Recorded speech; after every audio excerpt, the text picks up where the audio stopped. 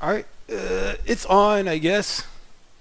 Yep, welcome everybody. I guess this is just a body odor vlog. I don't know, maybe just an update on the exome sequencing.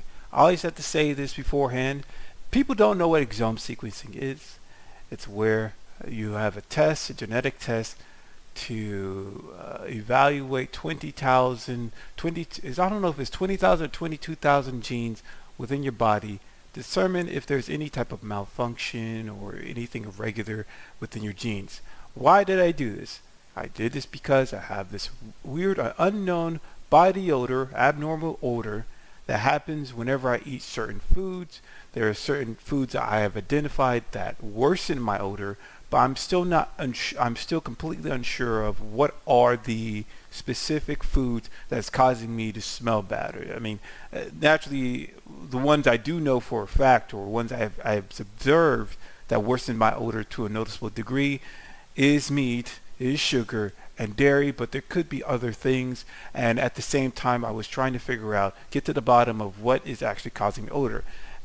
I originally thought it had to do with T-mal, but I have taken two urine tests and finally did an FMO3 gene test to determine if there was anything faulty with my FMO3 gene, because that is usually the case for people who suffer from T-mal type 1. And I did a urine test to see if I have any type of high levels of trimethylene in my urine.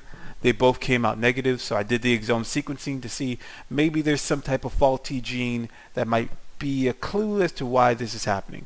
But looking at this report, the results are negative. The results are negative. They look through 22,000 genes and didn't find anything abnormal within it. I actually spoke to the doctor on the 31st. I said it was going to be on the September 2nd, but I was able to move the appointment up to the 31st, and he was basically telling me that there was nothing abnormal within any of my genes. There was like an exome sequencing, and then there was like mitochondrial report, a mitochondrial genome testing, and that came out negative as well. So man, when did this started? I think I started somewhere within April or late March of this year to first do the FMO3 gene testing, and then later on do the exome sequencing. And it's now, the date started for the exome sequencing somewhere in late July, and now it is September 2nd, 2023. So this whole year I was just doing these tests to just determine if I have, one, if I have the T-mal, or two, if there's something, some type of gene that's malfunctioning. And both of them came out negative. So what does that mean? Well, I know for a fact now that whatever that is causing this abnormal odor has nothing to do with my genes, which again is good news and bad news. Good news because if there was some type of gene that was faulty or malfunctioning, that means I have that shit for the rest of my life. So since I don't have that, the upside to this is there's a possibility I can be cured. But cured of what? I still don't know. That's the negative side. I don't know what it is.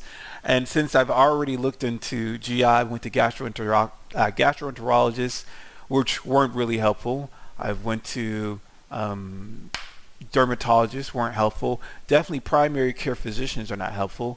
I went to even endocrinologists, and they haven't really been that helpful.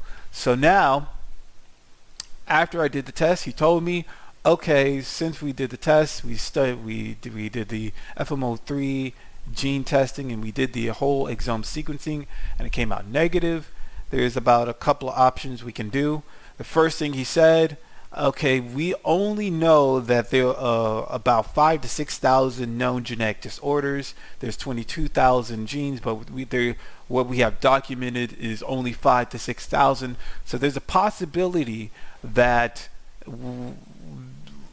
with the gene testing, it just wasn't able to pick up whatever gene that is known for a genetic disorder or known for some type of disorder. So maybe in 4 to 5 years from now, if we do a genetic testing again, we might come back with something. And I don't want to wait 4 to 5 years for that dumb shit. So instead, what we're going to try to do is the UDN network.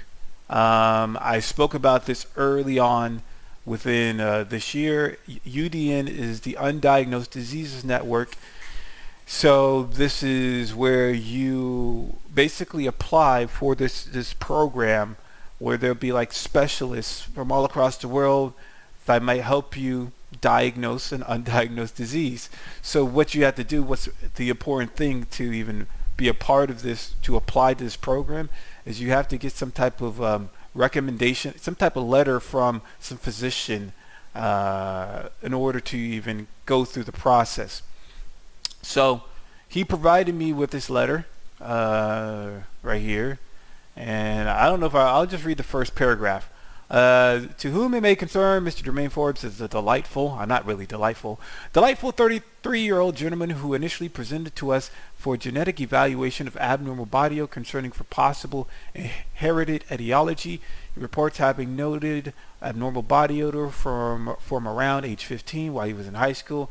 He has observed several foods like meat, dairy, and sugars can increase the abnormal body odor. Along with eating late at night, he feels that the physical exertion and sweating before a planned schedule will get rid of the smell to some extent. He has tried modifying his diet and feels some improvement. He has had several biochemical tests, including urine tests twice in the past for trimethylamine that was negative. Otherwise, he is healthy and has no other major health concerns. Family history is non-contributory. So yeah.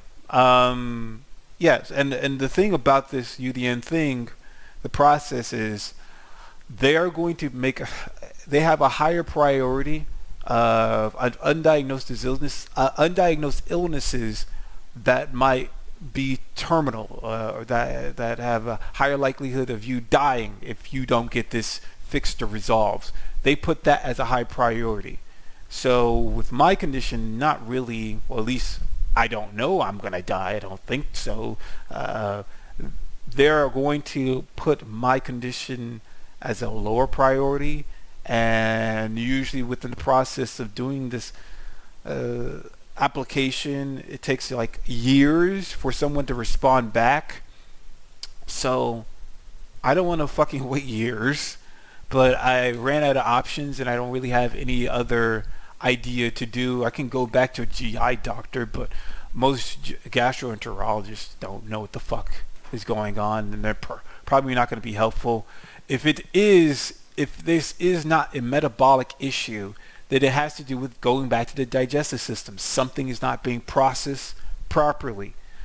I can do some type of, I don't know, maybe something with the kidneys, something with the liver again, something with something. But I just don't have the answers. But yeah, it's good news and bad news. I just came here to update you on it, and I'm going to submit my UDN this weekend. This weekend is Labor Day weekend, so I have all the time in the world. I have 3 days to do stuff. So yeah, that's it. Hopefully it didn't go over 10 minutes. It probably did. In any case, I'm gonna end it right here.